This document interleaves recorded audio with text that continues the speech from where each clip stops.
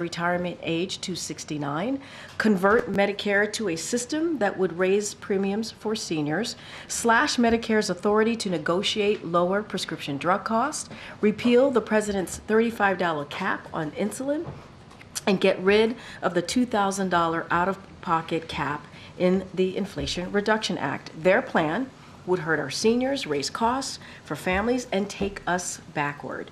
President Biden will continue to fight for America's seniors and prevent Republican elected officials from cutting Social Security and Medicare. With that, Zeke? Thanks, Karine. There have been multiple reports that the Biden administration has slowed arms transfers to Israel, including of direct attack munitions and potentially some other weaponry. Can you confirm that? And if not, why not? So we don't comment on specific cases. What I can say, and we have been saying, and we will reiterate from here, is that our commitment to Israel's security is ironclad.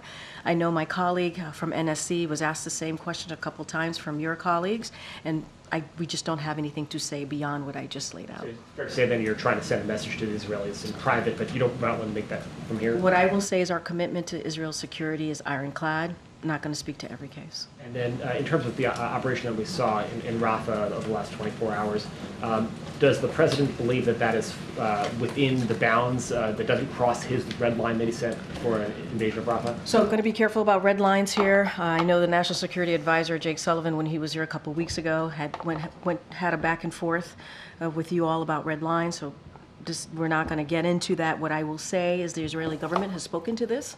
So obviously they can speak to their operations. They said it was limited. This was about making sure that designated cut of Hamas of their ability to smuggle weapons, smuggle funds, and it was a limited operation. Again, I would let them speak for themselves. And what I will say is we have been very clear from here about our concerns about a major operations. We have been very clear from here about protecting civilians. There are more than 1 million civilians that is in Rafah, a dense populated area in Rafah, more than 1 million, and we want to make sure that there are no civilian casualties here. And so we've been clear about that. We are going to continue to monitor the situation closely to see how it unfolds, and certainly we will continue to speak out. And a different topic, briefly, TikTok has filed a lawsuit challenging the effort to force it to divest ownership, or fight against divesting ownership of TikTok in the U.S. Does the White House have any response to that? So I've seen the reports. Going to be mindful here. This is obviously a litigation process here, so we're going to refer to Department of Justice on this one. Okay. On your concerns, obviously, about the risk to civilians and escalating the humanitarian crisis in Gaza, I want to follow up on something that Kirby said earlier. He said that the U.S. doesn't support an Israeli operation in Rafah that results in a higher risk to civilians and civilian casualties. But the IDF has now closed the border crossing in Rafah, cutting off aid. How does that not impact civilians? So one of the things that we've been very clear about, that the crossings that have been closed need to reopen. It is unacceptable for them to be closed. You have heard us say over and over again, we need to upsurge the humanitarian aid. This is why the hostage deal is so important. It would lead to a ceasefire, would lead to making sure hostages, including American hostages, come home and get that humanitarian, more humanitarian aid into Gaza. So Israel has committed to reopening the Kerem Shalom. That's a conversation, as you all know, from the readout that the president had with the Prime Minister of Israel, and we want to make sure that we get that done. We've been told that that's going to happen tomorrow. We are working to move that up. Fuel deliveries through Rafah should also commence tomorrow. That's what we've been told. And we believe Rafah border crossing should also be quickly reopened for the movement of humanitarian assistance. We are insisting that there should be no disruptions of humanitarian assistance flows. It is important. We know you all obviously have been reporting on this, how dire the situation is currently in Gaza, and we want to see these two crossings open. And is it still your expectation that Israel will, alert the U.S. when it does plan, if it does plan to go ahead with a full-scale operation? So look, obviously Israel is going to speak to their own operations. We have had continuous conversations. You are all aware of the two virtual calls, virtual meetings that the National Security Advisor led. And so we're continuing to have those conversations, obviously, with our counterparts in Israel. The president had a conversation with the Prime Minister yesterday about the Rafah operations. Again, very, very clear here. We do not want to see a major operation happening in Rafah. We want to see a plan, a comprehensive plan on how Israel plans to protect the 1.5, more than 1 million civilians that are currently seeking refuge in Rafah. And just one more follow-up on TikTok. They're obviously suing the federal government over this potential ban, but in their suit, there's a line in their suit where they say the continued use of TikTok by President Biden and members of Congress undermines the claim that the platform poses an actual threat to Americans. So as it relates to the campaign and obviously other congressional members, they have to speak to themselves. The campaign has to speak to it. But we've been very clear, what this law is not a ban. It is a divestment. I do want to be really mindful because there is a legal, obviously it's in litigation, and I just can't want to speak to that any further. Why is further. he still on this platform? I would have to refer you to the campaign. As president, will he commit to not using it again? It is banned. We can't use it here in government, in federal government. Okay.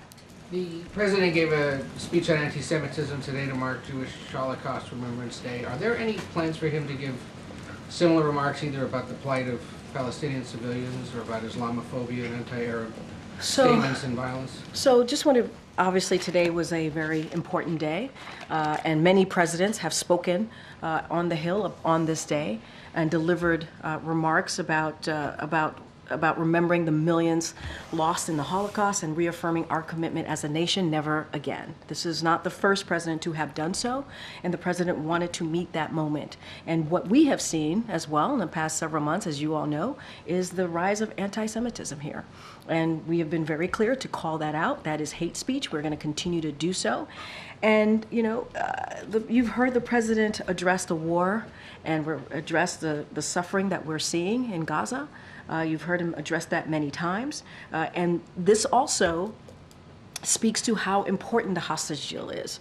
We're seeing talks continue in Cairo. That is important. We're going to obviously support that process. We want to see that hostage deal so it could lead to a ceasefire, lead to that all-important humanitarian aid getting into Gaza, and let's not forget bringing home the hostages to their loved ones. So the president has spoken about what's happening in Gaza, has spoken about what we're seeing there, the dire humanitarian situation, and calling for Israel to reduce. Obviously, what we see, the civilians' lives the loss of civilians' lives is unacceptable. But no plans for anything more formal. So, look, the president has been speaking to this, has spoken to this many times. I also want to just flag that the Secretary of Education put out a letter, a Dear Colleague letter that went out to universities talking about Title VI and giving examples of anti-Semitism, but also was very clear about the hate that we have been seeing more broadly, anti-Semitism, anti-Israel, anti-Muslim, anti-Palestinian. We have seen that across campuses, across the country, obviously, in communities, and laid out our deep concerns. And so that Dear Colleague letter went out today on the same day that the president delivered this really impactful speech on a dark moment in time. And so the president has spoken about the war in Gaza and the casualties that we have seen, and we'll continue to do so. Question on the case of the Army Staff Sergeant Gordon Black, who was arrested on May 2nd in Russia. He was not there apparently on official travel, but I'm curious, what does the Commander-in-Chief make of yet another military service member going to a country he's been told not to visit? So I know the Admiral spoke to this yesterday. What I also can confirm is that there are two separate cases of U.S. citizens being detained in Russia. The State Department is actively seeking consular access to both individuals, neither of whom were in Russia on behalf or in affiliation with the U.S. government. We take seriously our commitment to assist U.S. citizens abroad and provide all appropriate assistance. We iterate, and this is kind of to your question, we iterate our strong warnings about danger posed to U.S. citizens in Russia. We have been very clear about this. State Department has been very clear about this, and we will continue to say U.S. citizens residing or traveling in Russia should depart immediately. As stated in our travel advisory for Russia, and U.S. citizens should not travel to Russia at this time, period. And we're going to continue to be very, very clear about that. For any further details on those two cases, I would refer you to the State Department. Why do Americans who don't heed those warnings warrant government assistance if they knowingly flout them? because it's the president's, he believes it's his responsibility when American is held hostage or wrongfully detained to get them home to their families. That is a commitment that he has made. At the same time, and I can't speak to these two cases right now. The State Department has to speak to them and where they are in their process. So I want to be really mindful about categorizing where they are. But the president is committed. It's committed to getting Americans home if they are being held hostage or if they are wrongfully detained. He believes that is his duty as commander-in-chief, as president, to do so. Has he conveyed any concern to the Pentagon that this is a case of yet another service member walking into another country that has hostile relations with the United States? There was the one that went to North Korea. Now there's this guy. Well, we've been clear about all U.S. citizens not going to Russia. We've been very, very clear. And as I stated, there's a travel advisory that came out from the State Department.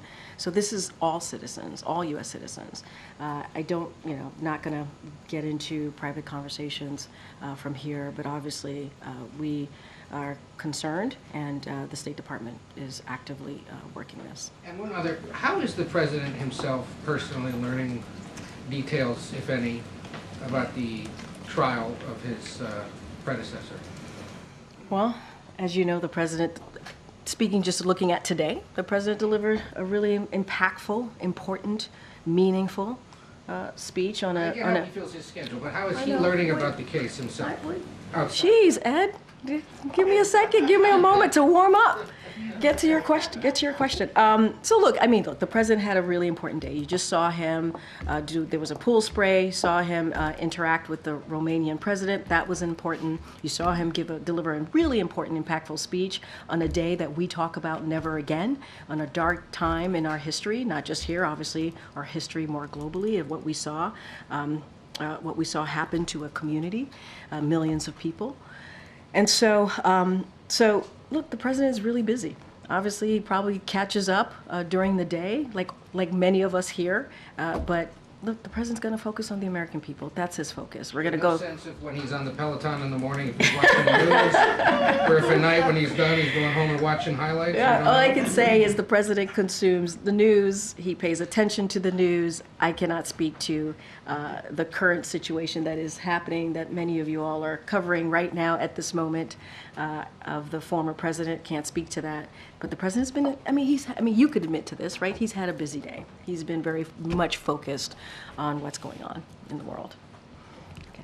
Thanks, Karine. Just quickly on the two cases in Russia that we were just talking about, has there been an official determination that those are wrongful detention cases? I would refer you to the State Department. They will work on the official determination and be really mindful from here. That is something that the State Department works through. We're trying to make sure that they have a counselor, obviously accessible to them.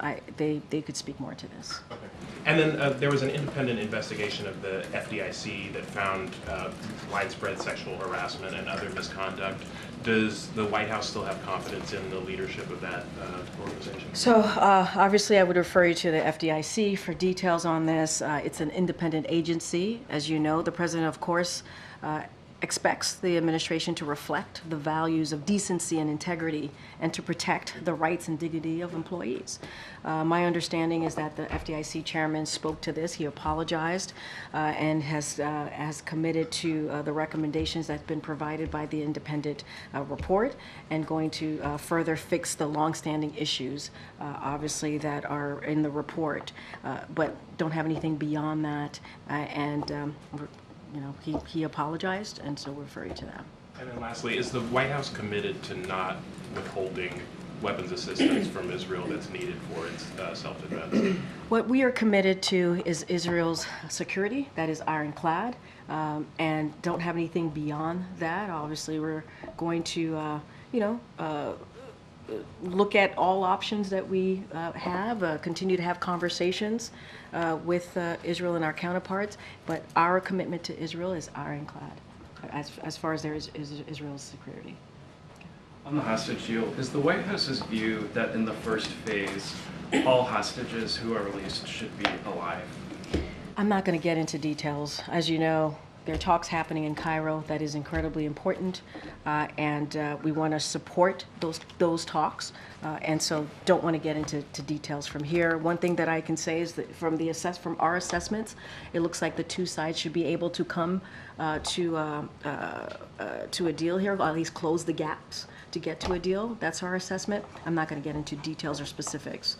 Because one of the gaps seems to be that Hamas has suggested that some of the hostages that they would release would be dead. There would be bodies of hostages. Is that something that you think that I'm going to the be president would super accept? mindful. This is there are conversations happening in Cairo. I think it's important. We're going to support those talks that are currently underway, and our assessment is that our close assessment that the two sides positions suggest that they should be able to close the gap here, and I think that's important. But it is our priority, obviously, continues to be the president's priority to get to a hostage deal, to get those hostages home to their loved ones, to make sure that we get a ceasefire, right? It'll ensure that, and it'll ensure that we surge humanitarian assistance into Gaza. As we know, as you all know, it is a dire situation right now in Gaza. Right, and the Biden administration is facing this deadline this week on notifying Congress on whether Israel is violating international law. Can you say how involved or how not involved the president personally has been on this process? So obviously the president is kept updated on all of these, on many matters, including this. My counterpart over at the State Department, Matt Miller, spoke to this today about where we are in that process. The State Department is working very hard to get this done, to get this over to Congress. Don't have anything else to add, but obviously the president is kept abreast. So the president hasn't gotten final word about what that decision is? They're working, the State Department, as Mr. Miller mentioned today during his briefing, is working very hard to get this done, and so I will leave it to that. Okay, Karen. Karine. Ukraine says that 2 of its colonels, part of their state protection service, were recruited by Russia and are now identified as part of a group that were planning to assassinate President Zelensky. Does the White House have a reaction to this? And then broadly, how concerned is the administration about Zelensky's safety and security? So we saw the announcement. It certainly is very concerning news, and obviously we are glad that the potential assassination attempt was averted. I don't have anything beyond that to share. Certainly would refer you to the Ukrainian government, but it is certainly concerning news. Thank you, Karine. Sidney McCain, the head of the UN World Food Program, said over the weekend that northern Gaza is currently experiencing full-blown famine. That famine is moving southward towards southern Gaza. Currently, as you and Mr. Kirby have said, the 2 main checkpoints for aid, Kerem Shalom and Rafah, are closed, and the president has asked for those to be reopened. This is an ongoing pattern. Israel closes crossings. The president asks for them to be reopened. The crossings are eventually reopened. Some aid starts to flow through again, but then Israel cuts off the flow of aid into Gaza once more, even though the president has said multiple times that it is important that aid be flowing continuously, and he seems to keep pushing for it, only to get these 1 step forward, 2 steps back results. Does the White House have any plan to convince, cajole, pressure Israel into allowing a steady flow of aid into Gaza, other than asking nicely? So let's just say, just give a little bit of readout. Over the past, since early April, the past several weeks, we have seen over 5,000 trucks entered Gaza. That includes almost 200 humanitarian and commercial trucks a day, on average entering Gaza in the last 3 weeks. Some days 400 plus truckloads of enter. Israel closes the checkpoints.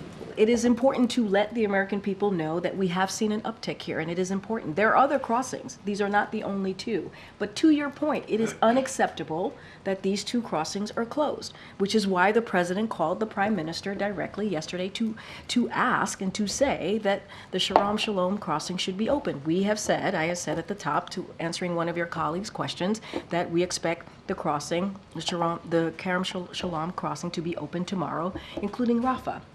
It is important. We agree. It is important to get that humanitarian aid in. And we will continue to do so, continue to make sure that we get as much humanitarian aid as possible. That's why we've been upticking our efforts. And it is also why the hostage deal is so important. This is why the Cairo talks are critical and important, which is why we've been supporting those conversations, obviously. We need to get to a hostage deal so we can see a ceasefire, get that humanitarian aid in, a surge, obviously, in that aid, and get hostages home. So that is going to be our focus. That's going to be our focus. Point, does the president consider other uses of American leverage to improve the humanitarian situation in Gaza? We have seen, I just laid out what we have seen. Wait, you gotta let me finish here. You just have to. So we can have a back and forth, but you gotta let me finish my answer. That's why we've seen an uptake in humanitarian aid. That's why we have seen an increase in humanitarian aid since early April. That is because of the president's leadership. We need to get more in. We know and we see and we understand the dire situation in Gaza right now. We got to get that in. The hostage deal is important, and we're going to continue to work on that. We're talking about these upticks, but there is a famine right now. And I'm acknowledging that there is a dire situation in Gaza. I am acknowledging that. We understand that, which is why the president has worked so hard in the last several months to get more humanitarian aid in. That is why we're working around the clock to get the hostage deal done. So I think we're kind of talking in circles here, but the president is committed. He is committed to getting this done. Okay, Peter. Can you, Karine, say declaratively that no one in the Biden administration knew about the latest hostage and ceasefire deal proposal that Egypt and Qatar negotiated with Hamas before Hamas said that it had accepted it yesterday? Here's what I can say. Look, these are extremely difficult, this is an extremely difficult process. It just is. And you have negotiations being conducted through intermediaries, right, in Doha and also in Cairo. And so that is just where we are. They're difficult times, they're a difficult process. And so that's what I can speak to, that's what I can say. I guess I just want to get to the fundamental question, Yeah. which is we all recognize these are difficult times. Yeah. There's been too much loss on all sides. Everybody agrees. But in the simplest of terms, can you say declaratively that no one in this administration was involved in some deal that was accepted by Hamas yesterday without having been previously communicated to Israel? What I can say, this is an extremely difficult process. It is. Why can't the U.S. just say declaratively from the White House podium that the U.S. was not doing any side deals that Israel didn't know about? A side deal? No, absolutely not. I didn't know that was the question. I can say absolutely not. No, there was no side deal. So what Hamas accepted yesterday is not a proposal the U.S. had ever heard before Hamas presented it. Look, throughout this process, here's what I can say. American diplomats have been engaged with our Israeli counterparts on this throughout this process. There was no side deal. I didn't realize that was the question you were asking me. Absolutely not. These are extremely difficult process right now that is happening. There are intermediaries that are in Doha, obviously today in Cairo,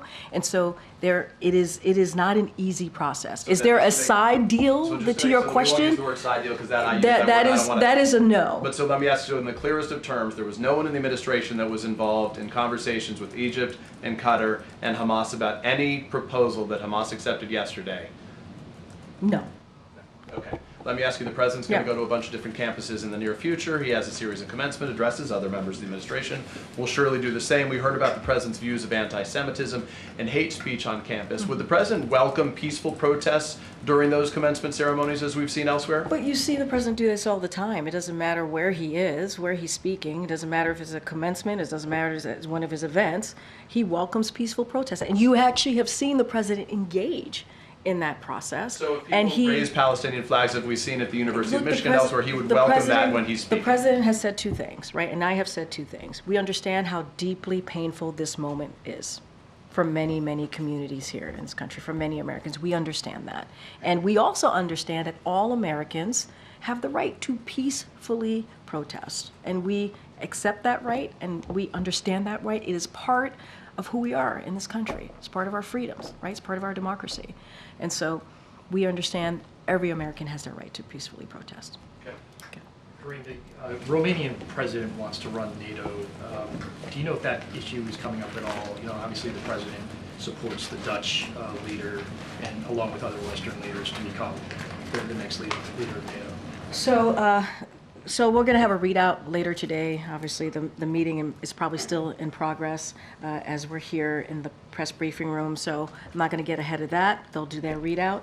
But I'll say that the president has been looking forward to hosting President Iohannis to celebrate Romania's 20 years as a strong and stalwart NATO ally, and has been looking forward to recognizing this President Iohannis's leadership within NATO and the many contributions that the Romanian has made to NATO security, particularly in the Black Sea region, and obviously their strong support to helping Ukraine against Russia's aggression. I don't want to get ahead of anything here, so I will let the readout speak for itself once it comes out. Just one more on Russia. Putin is beginning his 5th term today as Russian president.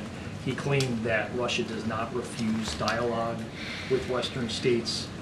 Does the president have any reaction to Putin sort of beginning another term, and does he see this perhaps as an opportunity to attempt to resume direct communications with Putin? So let me first say that the U.S., as it relates to Russia's inauguration or Putin's inauguration, the U.S. directed its embassy not to attend the inauguration, as you know, in protest, obviously, to Russia's aggression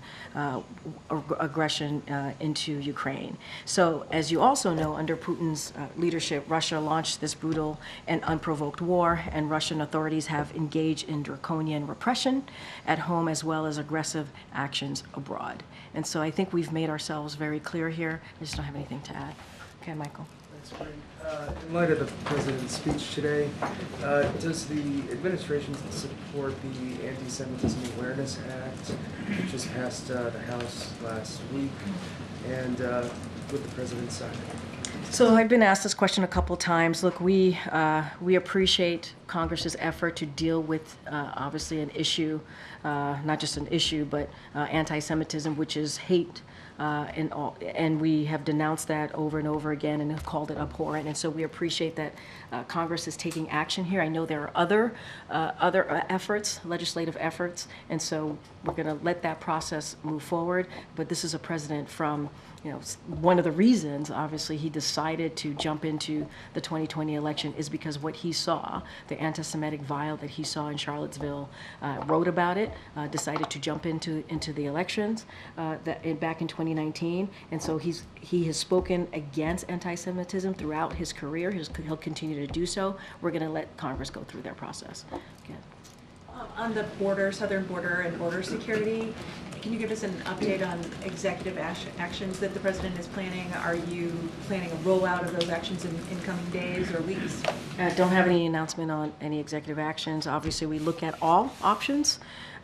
We believe the challenges at the border is a priority, important to a majority of Americans. We believe that the immigration system is not even something we believe, it's fact, has been broken for decades now, and that's why the president took action on his first day in office and put forth a comprehensive legislation. Now there is indeed a bipartisan Senate agreement that should move forward, but was held back because of the former president saying that it would hurt him and asked Republicans to reject it. We want to see that move forward, and we're going to continue to call on Congress to move that forward. We believe in order to really fix what's happening with the immigration system is to move forward with that piece of legislation. The president wants to sign it and put that into law. It would be the fairest, the toughest law if he was able to be given that opportunity, and it would pass, obviously, for him to sign it. Any other actions that may come out of this administration, we always look at all potential actions that we can take, but the number one way we believe to move forward is to move with that bipartisan Senate agreement. Okay. Yeah, what can you tell us about the president's trip tomorrow to Racine, Wisconsin? We'll have more on that later today. As you just mentioned, he's going to be going to Racine, Wisconsin, to focus on investing in America. Continuing that dialogue directly with the American people. And then the other parts of that trip is going to be campaign, so I would refer you to them. Thank you so much. So we heard the president today speaking about anti-Semitism, but can you just clarify for us where he believes the line is?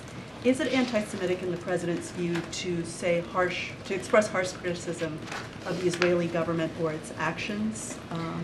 Where is the line? I mean, I shouldn't have to talk about a line. It's very clear, right? It presents itself in the most hateful, abhorrent way. And anti-Semitism is hate speech. It is just hate speech. I'm not going to stand here and give examples. That's not something that I'm going to do, but it is obvious when you have hateful rhetoric, when you have the type of speech where you are attacking a community, we should call that out. Or violent speech. Violent type of rhetoric, we should call that out. I'm not going to stand here and lay out a line here. That's not what we're going to do. But it is very clear when we hear anti-Semitism. It is very clear when we hear language that is anti-Israel. It is very clear when we hear language that is anti-Muslim, anti-Palestinian. It is hate. And the president believes, as president of the United States, that he should call that out. And that's what you saw him do today. And we also announced some additional actions as it relates to the national strategy to counter anti-Semitism, because the president's going to continue to take action, not just speak to it. So it speaks to the intention. Let me ask you also about the president's call last week for order on college campuses. This moment is being compared to what happened in 1968, but in the intervening years, American police forces have become significantly more militarized. Did the White House provide any guidance for police departments around the country as to what order means and what actions they should and should not take? Or are you leaving them to interpret that? What we have done and been very clear here, it is up to the university and local law enforcement on how they decide to deal with what's been happening on the ground. They know better than we do on what's happening in the ground. We have been very clear. We believe all Americans should have the right to peacefully protest within the law. You heard that from the president last week. You've heard that from me. You've heard that from others here in this administration. What we don't want to see is hate speech, violence. That's not what we don't believe that is part of peacefully protesting. And so we're going to continue to be clear about that, but we leave the actions and how universities decide how to move forward to them. They know what's going on the ground, and they know how to move forward. Okay, Karen. Thanks, Karine. New York Governor Kathy Hochul made a controversial comment yesterday at the Milken Institute Global Conference while discussing the need to bring AI jobs to Black and brown communities. She said, right now we have young Black kids growing up in the Bronx who don't even know what the word computer is. What is the White House response to that? I'm going to be super mindful. I have not heard these comments, so I want to make sure I go back, read the comments, and get a sense of what was happening here. So I don't want to comment and be really mindful speaking at this podium on behalf of this president. So I just want to go back and see exactly. I know you're reading an excerpt or a line from what she said, but I just want to be super, super mindful here. Does the White House believe it is right to insinuate that Black kids don't know what the word computer means? I mean, look, obviously, we don't think that is the right way to speak about young people in any way, in any form, but I do want to be mindful and to be fair here and go back and hear exactly what she said. Just want to be mindful of speaking from here at the podium. There was a viral video on the campus of the University of Mississippi last week. A Black female Gaza protester. She was protesting. There was counter protesters who were primarily Black white male students. One of which imitated a monkey. Another called her Lizzo, addressing her size. The NAACP is calling for those students to be expelled for this video. Has the president seen this video, and what is the White House's reaction? What I can say is, and I know the video that you're speaking to, and this is something that I can speak on, which is that the behavior captured in that video is undignified and it's just racist, period. And it is beneath anyone to be sharing that kind of material, and the actions in the video are beneath any American. And so it is insulting to everyone who has to view it, and whoever they are, and it is saddening. It is incredibly saddening. So we are so much better than that. We are. And we owe it to one another and ourselves to act like it. And just one follow-up. Congressman Mike Collins of Georgia reposted that video and wrote, "Ole Miss taking care of business." Any reaction to him and that comment? And I think I just said it's beneath any person to be sharing that video. It's beneath any elected official or a leader to be sharing that kind of material, and the actions in that video is beneath of who we are supposed to be. You know, it is what we saw in that video is certainly it's sickening. It is sickening. Follow up on the police response. President Biden has condemned violent protests on campus. He didn't address the police response. What do you think about the arrests of hundreds of students? Is that the response the White House likes to see? I'm sorry. Can you start that question again? What do you think about the arrests of hundreds of students on campus? Is that the police response the White House likes to see? You know, I've spoken about this last week, and I have said that, you know, these are incredibly difficult times, and we understand what people are feeling and the pain that they're feeling, and in these times, it could be, you know, it could be incredibly difficult, even for law enforcement. And I said this last week, and I'll continue to say that.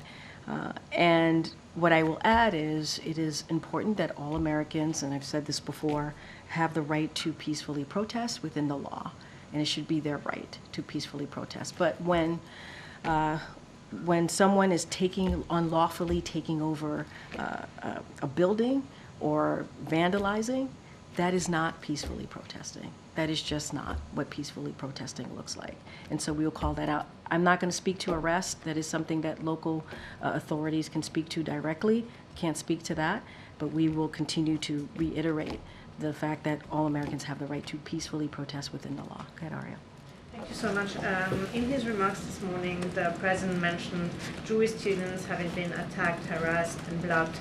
Does the White House have an estimate of how many anti-Semitic incidents actually took place or were reported during the protest, either like physical abuse or verbal attacks? I would refer you to Department of Justice or local law enforcement. I don't have a number for you to share with you at this time, but look, we've seen an uptick in anti-Semitism. That's what we have seen in the last couple of months. It is abhorrent. We have to call that out. And that was part of the president's speech as well. We got to take action to call out hate. And so we're going to continue to do that. As far as any numbers, we'd certainly refer you to local government or the Department of Justice.